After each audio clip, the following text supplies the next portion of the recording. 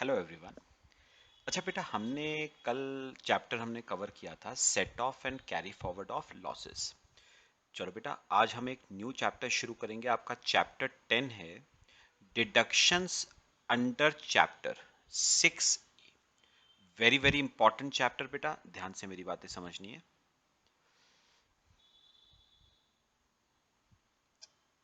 चलो बेटा, करना शुरू करेंगे, मेरी बात ध्यान से सुनिए बेटा। बेटा इसमें ना पहले मैं आपको एक बेसिक सा एक सेक्शन है, सेक्शन 80 कैपिटल ए, पहले मैं वो समझा दूं, फिर हम डिडक्शंस टॉपिक पे आते हैं। देखना बेटा, उसने कहा है the aggregate amount of deductions under this chapter, मतलब under chapter 6 A, shall not exceed GTI.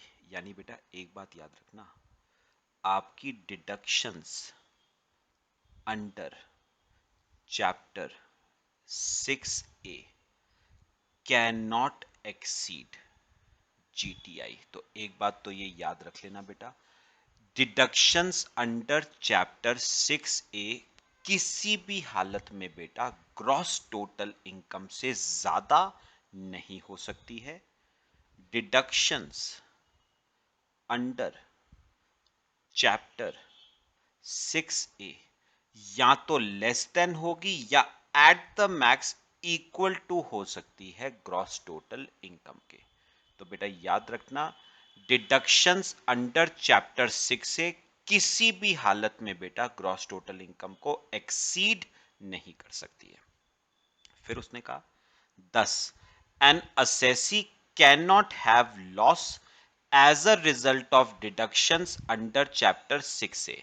याद रखना, डिडक्शंस की वजह से आप असेसी को कभी भी लॉस नहीं हो सकता है। तो मुझे एक बात बताओ, आपने टोटल इनकम की स्टेटमेंट बनाई हुई है, क्या आता है? ग्रॉस टोटल इनकम आता है। उसमें से बेटा क्या माइनस करते हो? डिडक्शंस अंडर चैप्टर 6 से। और याद रखना बेटा, ये जो डिडक्शंस अंडर चैप्टर 6 से है ना, ये जीटीआई को एक्सीड नहीं कर सकती।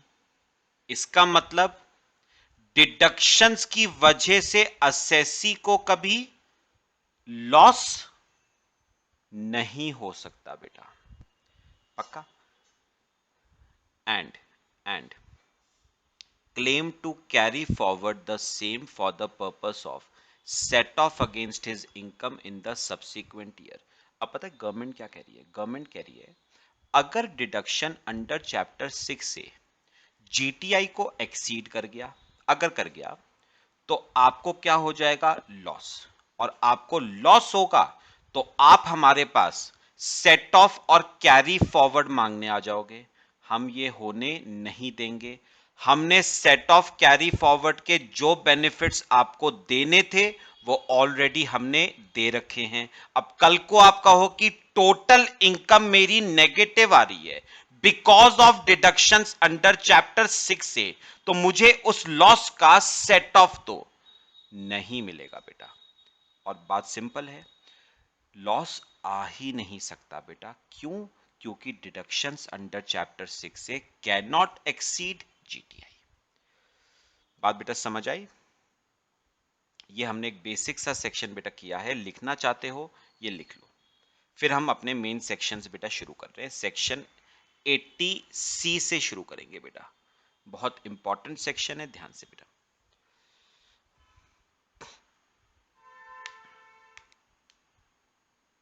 चलो बेटा, इसमें ना हमें जो सेक्शंस पढ़ने हैं ना, हमें सेक्शन 80C से लेके सेक्शन 80U तक हमें सेक्शंस पढ़ने हैं इस चैप्टर में, 80C से लेके 80U तक। चलो बेटा आ जाओ, पहले हम करना शुरू करेंगे 80C। देखना ध्यान से बेटा। अच्छा, 80C का डिडक्शन कौन ले सकता है? 80C का डिडक्शन इंडिविजुअल ले सकता है और 80C का डिडक्शन HUF ले सकता है, पक्का। तो याद रखना, ये डिडक्शन, इस डिडक्शन का बेनिफिट या तो इंडिविजुअल लेगा या फिर HUF लेगा, ठीक है। अब मैं एक काम कर रहा हूं, इसमें काफी सारे हमारे पॉइंट्स हैं 80C में। मैं इसमें से ना जो पहले मोस्ट इंपॉर्टेंट पॉइंट है वो आपको मैं करवा रहा हूं। पहले आओगे बेटा पॉइंट नंबर 3 पे, मोस्ट इंपॉर्टेंट और मोस्ट कॉमन पॉइंट क्या है बेटा? Life insurance policy, life insurance premium. तो इमेजिन करो असेसी ने ले रखी है एक लाइफ इंश्योरेंस पॉलिसी जिसका वो दे रहा है लाइफ इंश्योरेंस प्रीमियम। तो गवर्नमेंट ने कहा जो प्रीमियम आप दोगे ना लाइफ इंश्योरेंस पॉलिसी का, उसका हम आपको डिडक्शन देंगे बेटे सेक्शन 80C में। अच्छा, अब ये आगे की बात क्या आई? सेल्फ, स्पाउस और चिल्ड्रन। अब सुनो, सुनो मेरी बात, चलो आओ जरा करते हैं। देखो मेरी बात, सबसे पहला है बेटा सेक्शन 80C। देखो इसमें हमने पहला कौन सा करा? Life insurance premium. अब सुनो, सुनो सुनो, मतलब इसमें बेटा इंपॉर्टेंट बात क्या है? जो असेसी है ना, जो असेसी है उसने बेटा क्या कर रखा है, ध्यान से सुनना। उसने ना अपने खुद के नाम पे, असेसी ने अपने खुद के नाम पे, या असेसी ने अपनी स्पाउस के नाम पे, या असेसी ने अपने चिल्ड्रन के नाम पे, ठीक है, क्या ले रखी है बेटे? Life insurance policy. असेसी ने अपने नाम पे या अपनी स्पाउस के नाम पे या अपने चिल्ड्रन के नाम पे ले रखी है लाइफ इंश्योरेंस पॉलिसी जिसका वो क्या दे रहा है? Life insurance premium. तो गवर्नमेंट कह रही है उस लाइफ इंश्योरेंस प्रीमियम का डिडक्शन आपको मिलेगा अंडर सेक्शन 80C। इसका मतलब ना, मुझे एक बात क्लियर हुई, अगर मैंने अपने वाइफ के नाम पे भी पॉलिसी ले रखी है ना और उसका भी प्रीमियम दे रहा हूं तो उसका भी डिडक्शन मुझको ही मिलेगा। ऐसे ही अगर मैंने चिल्ड्रन के नाम पे पॉलिसी ले रखी है, चिल्ड्रन का प्रीमियम दे रहा हूं मैं, तो उस प्रीमियम का भी डिडक्शन मुझको मिलेगा अंडर सेक्शन 80C। ठीक है, बात समझ आई बेटे? तो एक बात याद रखना, ये सेक्शन क्या कहता है, आपने अपने नाम पे या अपनी स्पाउस के नाम पे या अपने चिल्ड्रन के नाम पे कोई लाइफ इंश्योरेंस पॉलिसी ले रखी है जिसका आप लाइफ इंश्योरेंस प्रीमियम दे रहे हो, तो उसका डिडक्शन आपको सेक्शन 80C में मिलेगा। बेटा मैं आपसे ना थोड़ा सा डिस्कशन, एक बड़ा इंपॉर्टेंट डिस्कशन है, मैं आपसे ना चिल्ड्रन पे करना चाहूंगा। देखना जरा, आओ देखो क्या डिस्कशन है। देखो बेटा, उन्होंने पता है बेटा एक बात बहुत क्लियर कर दी है, चिल्ड्रन कोई भी हो सकते हैं, मतलब डिपेंडेंट हो सकते हैं, इंडिपेंडेंट हो सकते हैं, मैरिड हो सकते हैं, अनमैरिड हो सकते हैं। तो चिल्ड्रन कोई भी हो सकते हैं, चिल्ड्रन आपके कोई भी हो सकते हैं बेटा। चिल्ड्रन आपके डिपेंडेंट हो, इंडिपेंडेंट हो, मैरिड हो, अनमैरिड हो, कोई भी हो सकते हैं। चिल्ड्रन कोई भी हो सकते हैं बेटा आपके, अब वो चाहे डिपेंडेंट हो, इंडिपेंडेंट हो, मैरिड हो, अनमैरिड हो, कोई भी। बात बताओ समझ आई? ठीक है, ये पॉइंट ना बेटा आप याद रखोगे क्योंकि जब मैं आपको सेक्शन 80D पढ़ाऊंगा ना, तो उसमें मैं फिर से इस वाले पॉइंट का रेलेवेंस आपको दूंगा, डिफरेंस क्या है वो बताऊंगा आपको, तो ये आप याद रखोगे। ठीक है, अब सुनो जरा, सुनो अब क्या कहा है उसने। अब उसने क्या कहा है, ध्यान से सुननी अब बातें बेटा। उसने कहा है for policies issued on or before 31 March 12, for policies issued on or after 1 April 12, for policies issued on or after 1 April 13, for a person suffering from disability under section 80U or disease under section 80DDP।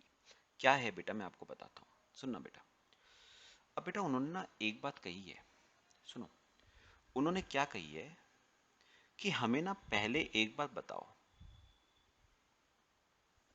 सुनो, हमें पहले एक बात बताओ, जिस life insurance policy का जिस life insurance policy का आप डिडक्शन हमसे मांग रहे हो, पहले बताओ वो पॉलिसी आपने ली कब है? क्या वो पॉलिसी आपने ऑन और बिफोर 31 मार्च 12 ली है, या आपने वो policy on or after 1 April 12 ली है, या आपने वो policy on or after 1 April 13 ली है? पहले हमें ये बताओ। सुनो ध्यान से, मैंने कहा कि जिस पॉलिसी के रिस्पेक्ट में मैं आपसे डिडक्शन मांग रहा हूं ना, वो पॉलिसी हमने 31 मार्च 12 को या उससे पहले ली है। ठीक है, तो गवर्नमेंट ने कहा बेटा इस केस में याद रखना, अगर आपने पॉलिसी 31 मार्च 12 को या उससे पहले ली है, तो उस केस में आपको maximum deduction on account of life insurance premium आपको मिलेगा 20% of sum assured. Sum assured मतलब बेटा सिंपल वर्ड्स में आपने जितने की पॉलिसी ली, अगर मैंने 5 लाख रुपए की पॉलिसी ली है ना, तो बेटा 5 लाख का 20%, मुझे 1 लाख रुपए का डिडक्शन मिलेगा on account of life insurance premium. बात समझ आई? अच्छा, फिर मैंने ये पॉलिसी 1 अप्रैल 12 को या उसके बाद ली है, तो गवर्नमेंट ने कहा इस केस में आपको हम मैक्सिमम डिडक्शन देंगे on account of life insurance premium 10% of sum assured. मतलब जो भी सम अश्योर्ड है, जैसे मेरे वाले एग्जांपल में मैंने 5 लाख रुपए का था, तो 5 लाख का 10% मतलब आपको मैक्सिमम डिडक्शन कितना मिलेगा बेटा? कितना? 10%, 50,000 रुपए का आपको मैक्सिमम डिडक्शन मिलेगा। अच्छा, तीसरा तीसरा बेटा तीसरा गवर्नमेंट ने मुझसे पूछा ये पॉलिसी कब ली है? मैंने कहा ये पॉलिसी 1 अप्रैल 2013 को ली है। गवर्नमेंट ने पूछा, सुनो सुनो, गवर्नमेंट ने पूछा इस केस में आपको, ध्यान से सुनना बेटा, इस केस में आपको मैक्सिमम डिडक्शन मिलेगा 15% ऑफ सम अश्योर्ड। इस केस में आपको मैक्सिमम डिडक्शन मिलेगा सम अश्योर्ड का 15%। मैंने फिर ना गवर्नमेंट से एक बात पूछी, ध्यान से सुनना जो मैं कहूंगा। मैंने गवर्नमेंट से पूछा कि मुझे एक बात बताओ, इन दो पॉइंट्स में डिफरेंस क्या है? इन दो पॉइंट्स में क्या डिफरेंस है? भाई आपने कहा ऑन और आफ्टर 1 अप्रैल 12, यहां पर आपने कहा ऑन और आफ्टर 1 अप्रैल 13, तो इन दोनों में तो मुझे कोई डिफरेंस नजर नहीं आता। गवर्नमेंट ने क्या कहा? गवर्नमेंट ने कहा कि ये वाला जो केस है ना, ये वाला केस ये सबके लिए नहीं है बेटा, ये वाला केस सबके लिए नहीं है। गवर्नमेंट क्या कह रही है? ये केस सबके लिए नहीं है, ये केस उस पर्सन के लिए है जिसको डिसेबिलिटी है अंडर सेक्शन 80 यू, जैसे हैंडीकैप्ड है या ब्लाइंड है, या फिर उसे कोई डिजीज है अंडर सेक्शन 80 DDB, जैसे कोई HIV है, कैंसर है, एड्स है। तो याद रखना, ये जो थर्ड वाला केस है ना, थर्ड वाला केस ये सबके लिए एप्लीकेबल नहीं है। ये केस सिर्फ उन्हीं पर्संस के लिए एप्लीकेबल है जिनको डिसेबिलिटी है सेक्शन 80 यू में, या उसे कोई डिजीज है सेक्शन 80 DDB में। बात समझ आई बेटा? तो अगर मेरे को बताओ, सुनो, अगर मेरे को बताओ बेटा सम अश्योर्ड, अगर सम अश्योर्ड बेटा 1 लाख है, सॉरी, सम अश्योर्ड अगर 5 लाख है, अगर आपने पॉलिसी 5 लाख रुपए की ली है, मतलब सम अश्योर्ड इज 5 लाख, तो उस केस में बेटा, और ये पॉलिसी 31 मार्च 12 से पहले ली है, तो उस केस में आपको मैक्सिमम डिडक्शन मिलेगा 5 लाख का 20%, मतलब 1 लाख रुपए का डिडक्शन मिलेगा on account of life insurance premium. ठीक है। अच्छा अच्छा, मैंने कहा सम अश्योर्ड कितना है बेटे, 5 लाख रुपए का। तो अगर सम अश्योर्ड 5 लाख है और आपने पॉलिसी 1 अप्रैल 12 को या उसके बाद ली है, तो आपको मैक्सिमम डिडक्शन मिलेगा 10% का, यानी आपको डिडक्शन मिलेगा 50,000 रुपीज का on account of life insurance premium. ठीक है। और तीसरी बात सुनना, आप तीसरी बात, अगर सम अश्योर्ड 5 लाख है और आपने पॉलिसी ली है 1 अप्रैल 2013 को या उसके बाद, उस पर्सन के लिए जिसको डिसेबिलिटी है सेक्शन 80 यू में या जिसको डिजीज है 80 डीडीबी में, तो उस केस में बेटा आपको डिडक्शन कितने परसेंट का मिलेगा, 15% का। यानी सम अश्योर्ड था 5 लाख, उसका 15%, आपको बेटा 75,000 रुपीज का मैक्सिमम डिडक्शन मिलेगा। आपको मैक्सिमम डिडक्शन 75,000 रुपीज का मिलेगा। पक्का बताओ, क्लियर सबको? कॉपी करो इसे, फिर हम आगे चलते हैं बच्चे। ये हमारा लाइफ इंश्योरेंस प्रीमियम का केस था। कॉपी करो बेटा। मेरे ख्याल से क्लियर हुआ। ठीक है, तो मैं एक बार समअप कर दूं।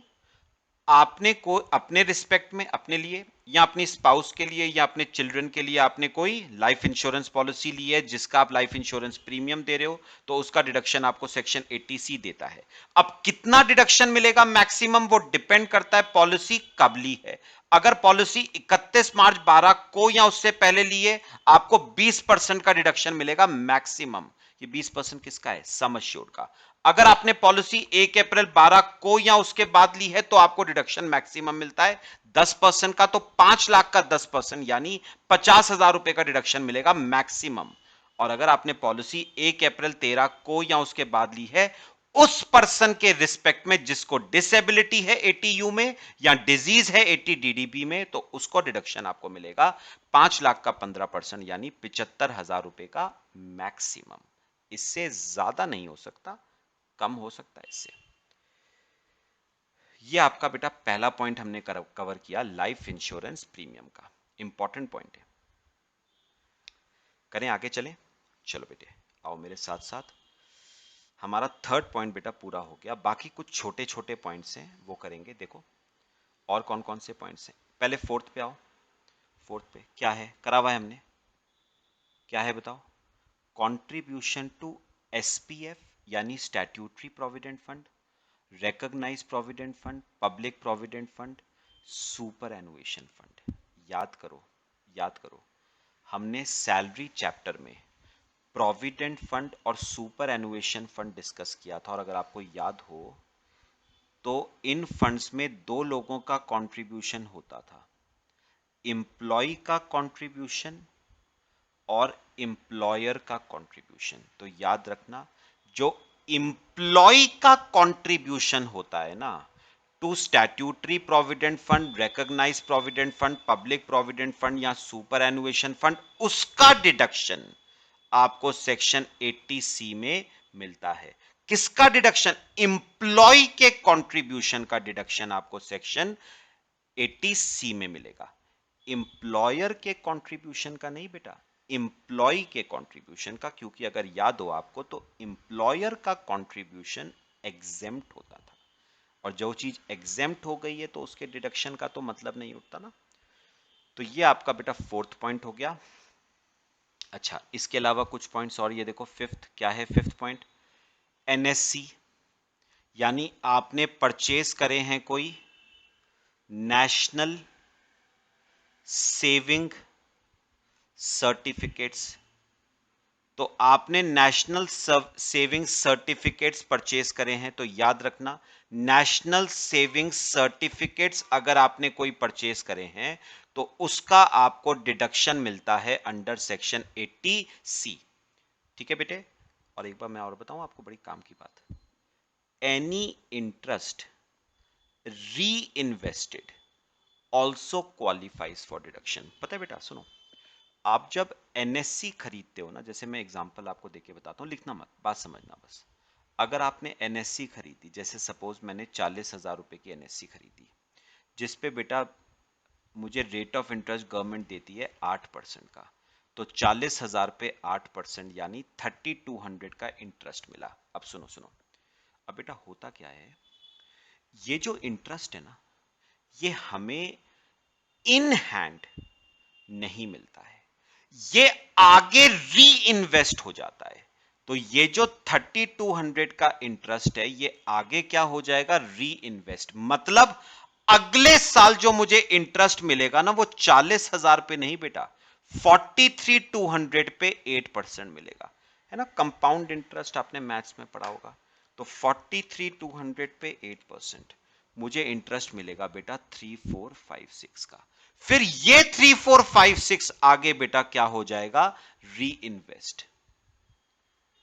तो बताओ कि अगले साल मुझे इंटरेस्ट कितने पे मिलेगा, 43,200 प्लस 3456, 46656 पे मुझे 8% मिलेगा। और बेटा ये सिस्टम आपका ना चलता जाता है। बात समझ आई सबको? अब सुनो सुनो सुनो, अब उन्होंने क्या कहा, देखो यहां पर देखो, उन्होंने कहा क्या कहा, ये जो 3200 का इंटरेस्ट आपको मिला है ना एनएससी पे, पहली बात तो बेटा ये आपकी इनकम है। इनकम है तो इनकम फ्रॉम अदर सोर्सेज में ये इनकम ऐड हो जाएगी। यानी आप इसे कहां पर शो करोगे, under the head income from other sources, और नीचे से आप 80C में इस 3200 का क्या ले लोगे, डिडक्शन। मतलब ऊपर 3200 जीटीआई में ऐड हुआ और नीचे से आप इसका डिडक्शन ले लोगे अंडर सेक्शन 80C 3200। तो नेट इफेक्ट बेटा वही आ जाता है, नील। बात समझ आई सबको? तो ऊपर ये इंटरेस्ट ऐड हो जाएगा और नीचे से आप इस इंटरेस्ट का क्या ले लोगे, डिडक्शन। ये आपका बेटा हो गया फिफ्थ पॉइंट। एक बड़ा काम का पॉइंट बता रहा हूं आपको, सिक्स्थ पॉइंट, ट्यूशन फीस। बेटा पता है, सुनो ध्यान से, बहुत पेरेंट्स मेरे पास आते हैं और मुझे कहते हैं कि सर हमें फीस रिसिप्ट दे दो। ठीक है, मैं कहता हूं क्या करोगे फीस रिसिप्ट का? उन्होंने कहा सर हम 80C में इसका डिडक्शन क्लेम करेंगे। तो मैं बेटा एक बात आपको पहले ही बता दूं, यहां पर मैं इस ट्यूशन फीस की बात नहीं कर रहा हूं। मतलब tuition fees paid to private coaching institute do not qualify for deduction under section 80C। तो ये बात याद रखना, जो ट्यूशन फीस आप प्राइवेट कोचिंग इंस्टीट्यूट्स को पे करते हो, उसके डिडक्शन की बात गवर्नमेंट नहीं कर रही है। यहां पर लिखना मेरे साथ बेटा।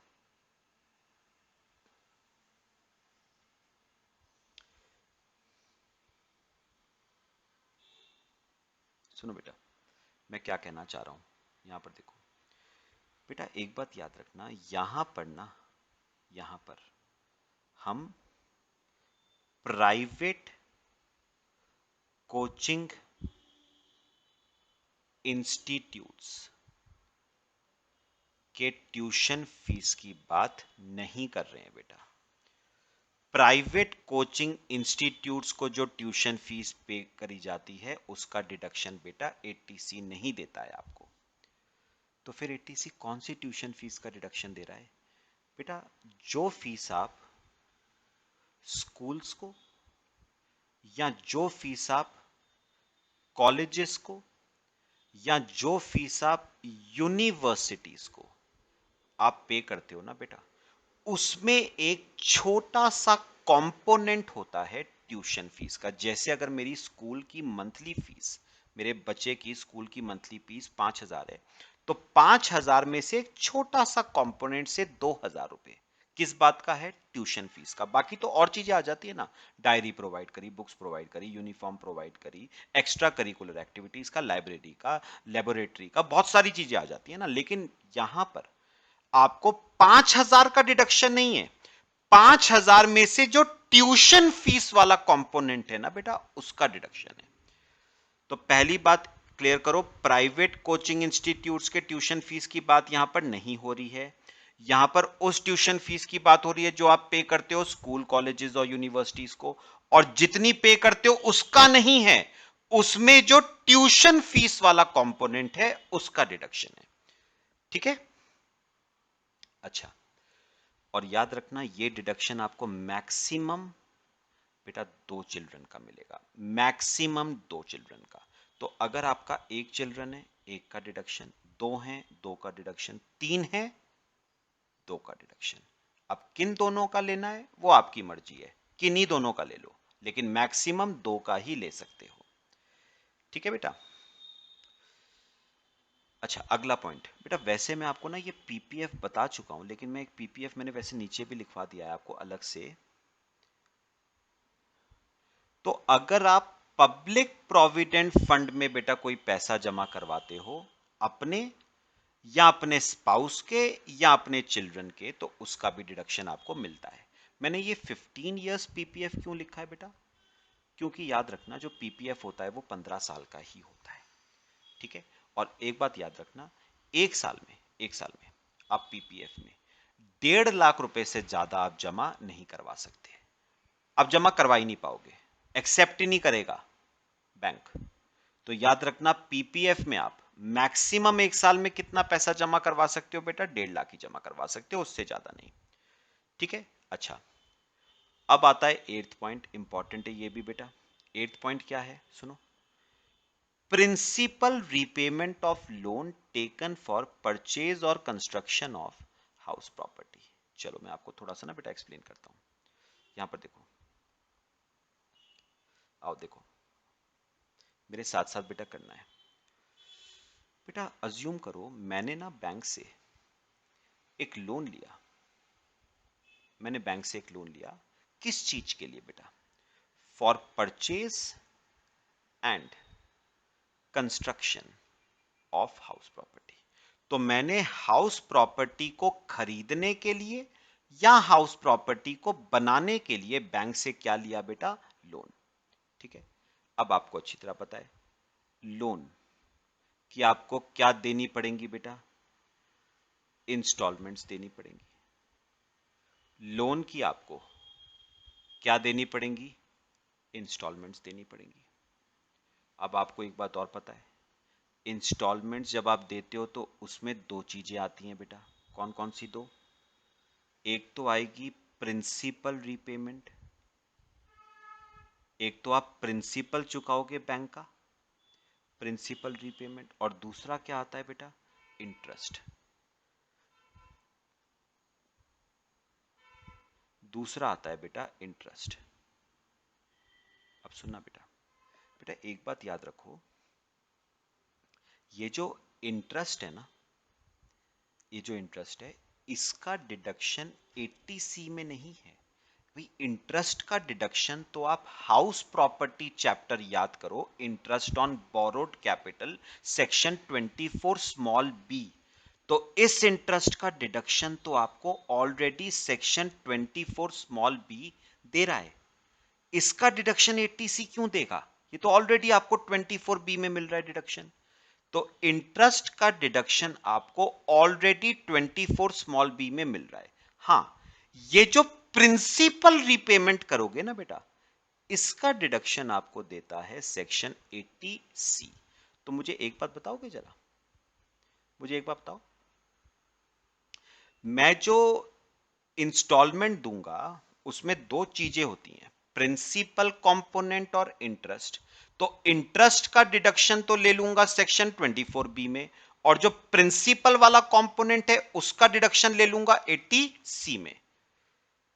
पक्का, कॉपी करो इसे,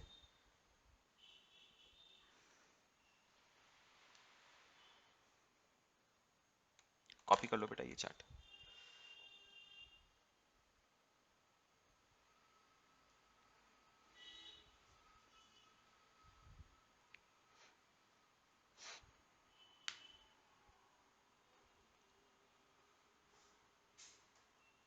कर लिया बेटा कॉपी, आ जाओ।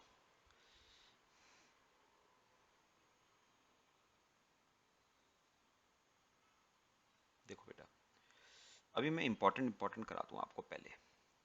Tenth, any deposit in senior citizen saving scheme. तो ठीक है, आपने कुछ पैसा जमा करवाया सीनियर सिटीजन सेविंग स्कीम में, तो उसका डिडक्शन आपको सेक्शन 80C में मिलेगा। या आपने कुछ पैसा जमा करवाया सुकन्या समृद्धि योजना में, ये आपकी सुकन्या समृद्धि योजना है, अगर आपने इसमें कुछ पैसा जमा करवाया तो उसका भी डिडक्शन आपको सेक्शन 80C में मिलता है बेटा। ठीक है, अच्छा कुछ और ये देखो, पहला पॉइंट क्या है, subscription to notified bonds of NABARD, national agricultural bank for rural development, national bank for agriculture and rural development. तो मुझे एक बात बताओ, आपने कोई बॉन्ड्स खरीदे नबार्ड के, national bank for agriculture and rural development के कुछ बॉन्ड्स खरीदे नोटिफाइड, तो उसका डिडक्शन भी आपको सेक्शन 80C में मिलता है। अच्छा, टर्म डिपॉजिट, टर्म डिपॉजिट मतलब बेटा यहां पर हम बात एफडी की कर रहे हैं, फिक्स्ड डिपॉजिट की कर रहे हैं, आप इसे चाहो तो टाइम डिपॉजिट भी कह सकते हो। टर्म डिपॉजिट इन बैंक, आपने एफडी खरीदी बैंक में या आपने एफडी खरीदी पोस्ट ऑफिस की, जिसका टेन्योर 5 साल या उससे ज्यादा होना चाहिए एटलीस्ट। वैसे तो बेटा मैं चाहूं तो एफडी 1 साल की भी बनवा सकता हूं, 2 साल 3 साल 4 साल, लेकिन डिडक्शन नहीं है उसका।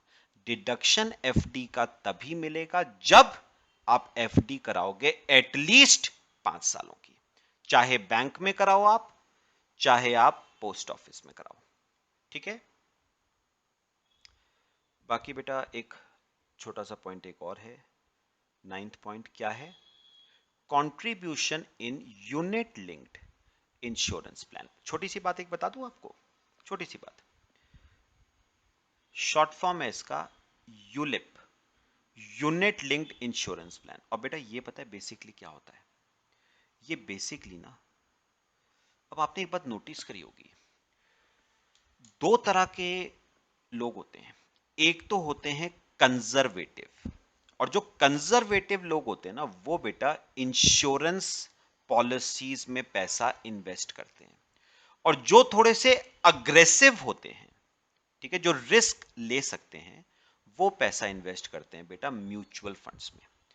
तो ये जो यूलिप है ना, this is a combination of both conservative and aggressive investors. मतलब इसमें आपको दोनों का फायदा मिलेगा बेटा, कॉम्बो है ये, कंजर्वेटिव स्कीम का भी फायदा मिलेगा और अग्रेसिव का भी। मतलब इसमें इंश्योरेंस बेनिफिट्स भी होते हैं और इसमें म्यूचुअल फंड्स के रिस्क भी इन्वॉल्व होते हैं। तभी देखो इसे हम क्या कहते हैं, यूनिट लिंक्ड इंश्योरेंस प्लान। मतलब वो इंश्योरेंस प्लान जो म्यूचुअल फंड की तरह ही यूनिट से लिंक्ड है। म्यूचुअल फंड्स में यूनिट वाला सिस्टम ही तो चलता है, मार्केट बढ़ती जाएगी, आपके यूनिट्स की एनएवी होती है, नेट एसेट वैल्यू, वो बढ़ती जाती है। तो ये बेसिकली प्लान एक कॉम्बो है बेटा, इंश्योरेंस का और म्यूचुअल फंड का। तो इसमें आपको इंश्योरेंस के बेनिफिट्स भी मिलते हैं और म्यूचुअल फंड के बेनिफिट्स भी मिलते हैं बेटा आपको। ठीक है, चलो बेटा ये आपका 80C खत्म हुआ। और मैं एक छोटी सी बात आपको बता दूं, इसमें 80C में अप टू ₹1.5 लाख, इस पे वैसे मैं आगे भी आऊंगा, फिलहाल मेरी एक बात सुनो। 80C में आपको बचे मैक्सिमम डिडक्शन 1.5 लाख का ही मिलेगा, उससे ज्यादा नहीं। मतलब 80C में आप बेनिफिट टोटल कितना ले पाओगे बेटा, 1.5 लाख रुपए का, उससे ज्यादा नहीं। तो ये आपका बच्चे खत्म हो गया सेक्शन 80C। ठीक है, मेरे ख्याल से सिंपल पॉइंट्स थे, बाकी बेटा नेक्स्ट क्लास में डिस्कस करेंगे। Thank you.